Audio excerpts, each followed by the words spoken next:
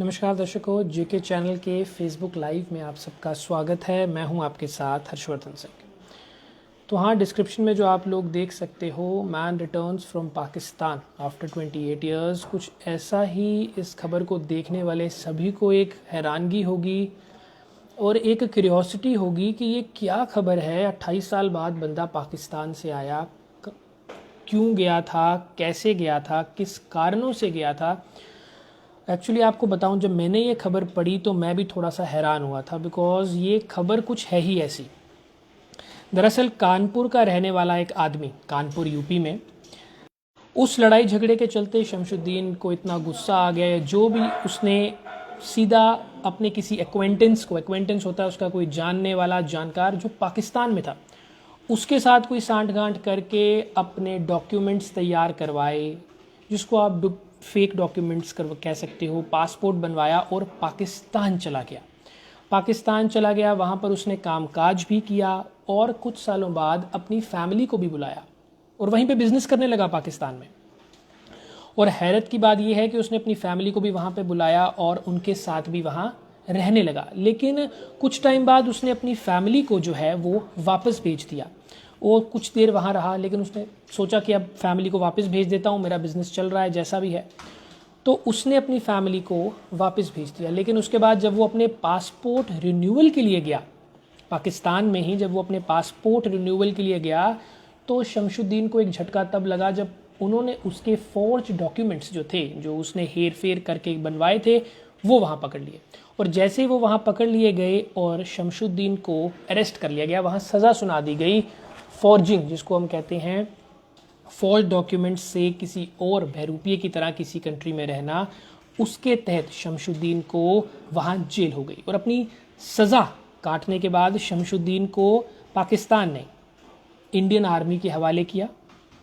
और आपको ये भी बताता चलूँ कि उसकी जब सेंटेंस कंप्लीट हुई तो जब वो इंडियन आर्मी को दिया गया, उसको मैंडेटरी जो क्वारंटीन हमारा उसमें रखा गया और उसके घर वालों से मिलाने के बाद कल इवनिंग में घर वालों से मिलाया गया। काफ़ी इमोशंस हाई थे, जो भी था वो लोग देख के कि 28 साल बाद उनके घर का एक मेंबर वापस आया है। और उसके बाद उससे मिलजुल के उन लोगों ने, पुलिस जो है कानपुर की पुलिस, उसको फर्दर क्वेश्चनिंग के लिए अपने साथ ले गई है।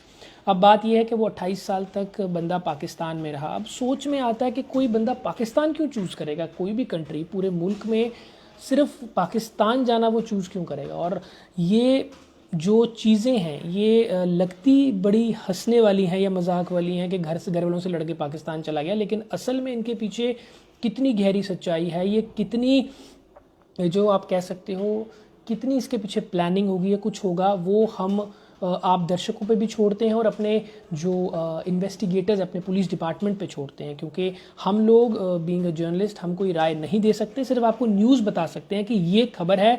अब आप व्यूअर्स के ऊपर है कि आप अपने अनुमान लगा सकते हैं, लेकिन जो फाइनल फैसला जो होता है वो न्यायालय के पास होता है, उसे हमें रिस्पेक्ट करना चाहिए और हमारी इन्वेस्टिगेटर्स जो हमारी टीम्स होती हैं उनके पास होता है। तो रही बात, ये 28 सालों तक पाकिस्तान में बंदा रहा और जब ये वापस आया है तो कानपुर पुलिस अब इससे क्वेश्चनिंग कर रही है कि तू इतनी देर पाकिस्तान में क्यों था, तेरा कारोबार क्या था, और अब तेरे को वापस सौंप दिया गया है।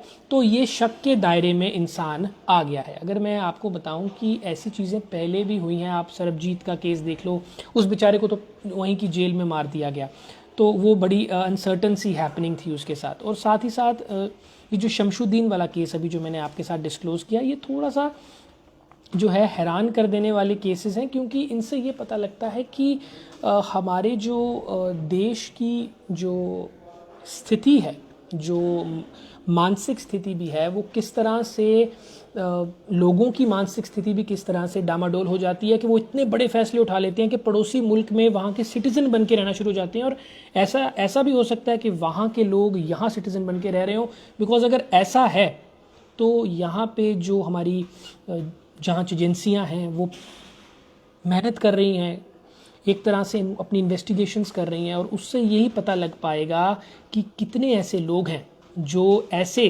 फॉर्ज डॉक्यूमेंट्स और फेक पासपोर्ट्स के साथ इंडिया या पाकिस्तान में अपने बिजनेस एस्टैब्लिश करके बैठे हुए हैं।